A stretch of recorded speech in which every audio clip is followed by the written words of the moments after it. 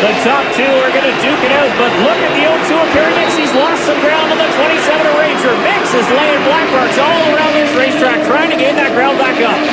Kerry Mix hard on the loud pedal in that Ford Taurus. Yeah, he's pushing those Goodyear tires for all their work, trying to get back up to the leader to make this last lap move, if he can do it. Can Andrew Ranger hang on to win in his native Quebec? Down into the braking zone, both cars very loose again. Mixie looks a little more stable. Ranger sideways into the corner, so is Kerry Mix, but Mix pitches it to the inside. They touch, down the back straightaway, they get together again. Andrew Ranger definitely blocking the spot. Kerry Mix, he's not going to put up with that. He's been roughed up with this guy 2 or 3 times. He puts it to him coming up the corner. They're side by side. Ranger well outside. How did he hang on to that? Now using a little bit of the back brake. Gets the car crooked. Back up to the back bumper. The 0-2 of Kerry Mix. New leader is the Beyond Digital Imaging Ford Taurus. To the checkered flag. Mix on the inside. Andrew Ranger the outside. Side by side. A drag race to the line. Who's going to take it? What a finish! Andrew Ranger tries to rough up Kerry Mix, loses control, smashes the race car into the tire barrier. Save the motor a little bit. We'll take another look at this finish. Look at Ranger get that run on the outside. They got together right at the line, and Kerry Mix won it by a nose, but look at the aftermath. Well, he had that thing cranked all the way to left, trying to break up Kerry Mix's momentum. Yeah, you can see the 0-2 of Kerry Mix caught the curve as they came into the final corner. Ranger got a run and then went for a trip. Hard into the tire. Come into the white flag. Kurt Busch, Denny Hamlin. Oh, he got him loose right there. Inside. Continue your marks. White flag. One more. One lap You to guys go. got nothing out back. How rough will it get? Can Kurt hang with him? Joe Gibbs Racing's 18 with Denny Hamlin, Kurt Busch in brother Kyle's 54. Here they come to the checkered flag. Who's it gonna be? Hamlin sliding it sideways. Give it to Kurt Busch. Woo! What a race. What a finish. As they come across the stripe, 1 lap of racing to go, 2.5 miles from Daytona. Travis Kvapil in front of the pack, Jack Sprague, Todd Bodine side by side now as they go to 1. Did Johnny Benson push Sprague a little earlier than he wanted to go? Johnny made a move early. Jack jumped out. Air up down the back here. Don't let either lane get a run on you. Here comes the 33 of Ron Hornaday, a very strong truck. They're 2x2 behind Kvapil. Can Kvapil hold them off? Now the line on the outside moves faster. Kvapil moves up to block. Here comes Jack Sprague on the outside. Sit back there. Keep splitting your air up. Into 3 and 4. They're Don't give us too much room on the bottom. Kvapil with an extremely strong truck as he goes through 4. As he comes out of turn number 4, he will see the checkered flag. And Travis Kvapil trying to hold Here we go. on. Look at Jack Side Sprague. by side. Oh, Jack wins it. Jack Sprague will win at Daytona. Kyle Larson trying to become just the 2nd driver to get his NASCAR Nationwide Series inaugural win here. The only other one, Hank Parker Jr., 2001. Kyle Larson was 8 years old. Well, I'll tell you what, guys, that was an impressive last lap for Harvick. Quickest guy on the track, and he was running side by side at that point. I think Harvick's got something left here. Couldn't make it stick. 4 laps to go, and now Joey Logano's the fastest car on the racetrack. Harvick driving in deep. Can he slide up in front with the race lead? Oh, not quite. A good move right there. He knew he couldn't go side by side. That was going to kill him getting into 1. Free to go. Kyle Busch takes advantage back to 2nd. Look at how far he drives that car in the corner. He's going to have to do a slide job now when Kyle Busch get back in front of him. Oh, not quite. Doesn't have him cleared. 2 laps to go. Can Larson hang on? Will Harvick or Busch find a way to clear him? What a race we're seeing, guys. Again, and this time clear Larson. He's a lot closer to Larson this time. We'll see if he can get him clear. Boy, he drives that car in the corner. I don't think that's going to happen yet. Larson's gonna be. White flag right here. White flag. And clear. Lap to Clear. go. On your line. All the fans here in California on their feet. Who's going to win it? Larson, Harvick, or Busch?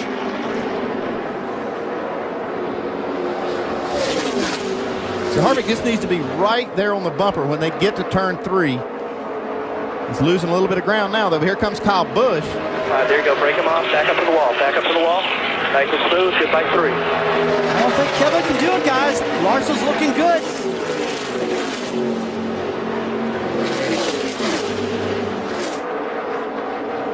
Here it comes. Larson's going to clear him. He's going to do it. The first NASCAR Nationwide Series win for Kyle Larson at California. Unbelievable.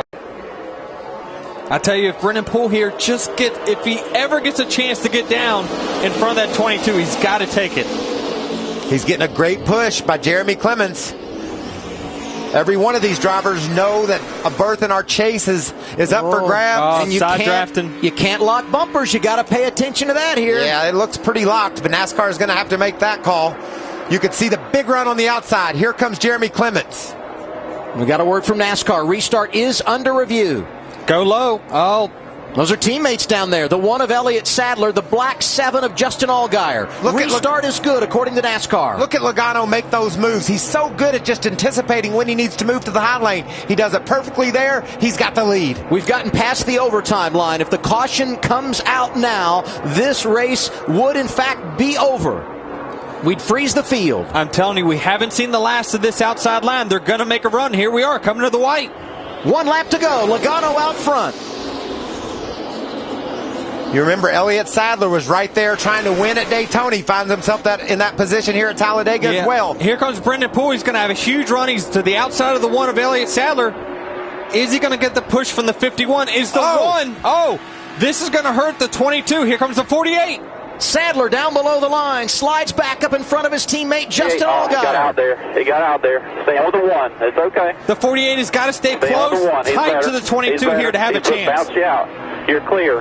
Stay in like that. Stay in like that. The 1 bounce you out. Now watch him. How did Elliott Sadler get back on the road and not lose any ground? He's going to have a chance to win this race. If he pulls high. Joey Logano gets turned. Elliott Sadler drives through. They're crashing big time at the line. Brendan Poole, first career win at Talladega. Black flagged for passing below the yellow line. Had to do a pass-through penalty, caught a break on a caution, has worked his way to the lead. Side by side with Kyle Busch as they come to the white flag.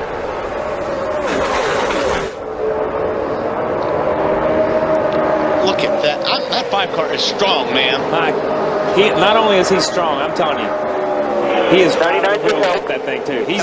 He's going to be in the gas all the way. I don't care how sideways this thing gets. Last lap. Here. And he needs to be, because if they wreck right now, he's got to be the first guy across that loop. Kyle Busch now has his brother Kurt behind him. The one thing is Kyle Busch has the inside, and because of where the start-finish line here is, at this place, the inside line is the line if you can maintain it coming out of turn 4.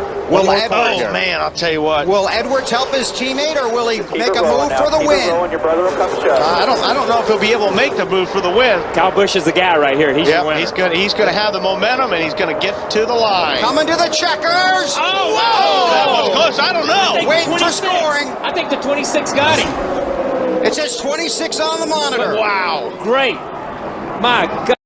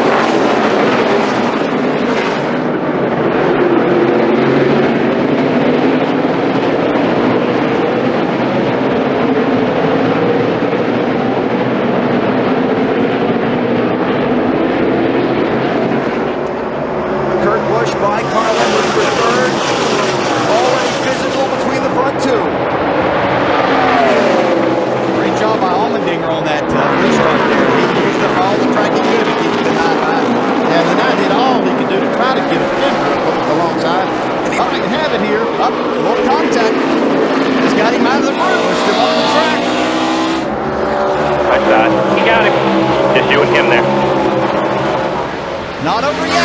It's a left-hander coming up. Allmendinger's in the best spot.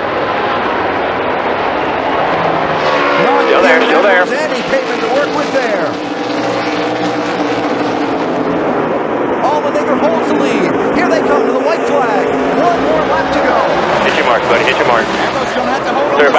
side by side in your mirror. White flag right here.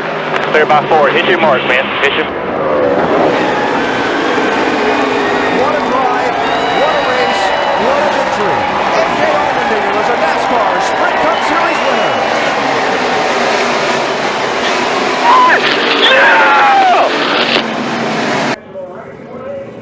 The tightest corners on the racetrack coming up right now. Let's see what happens on this restart. Field spreads out down into turn 1. Here comes Taylor Gray to the inside. We're going to stack them 3 wide. Jake Drew misses the corner. Field scrambles through turns 1 and 2. Jesse Love all the way back to 5th.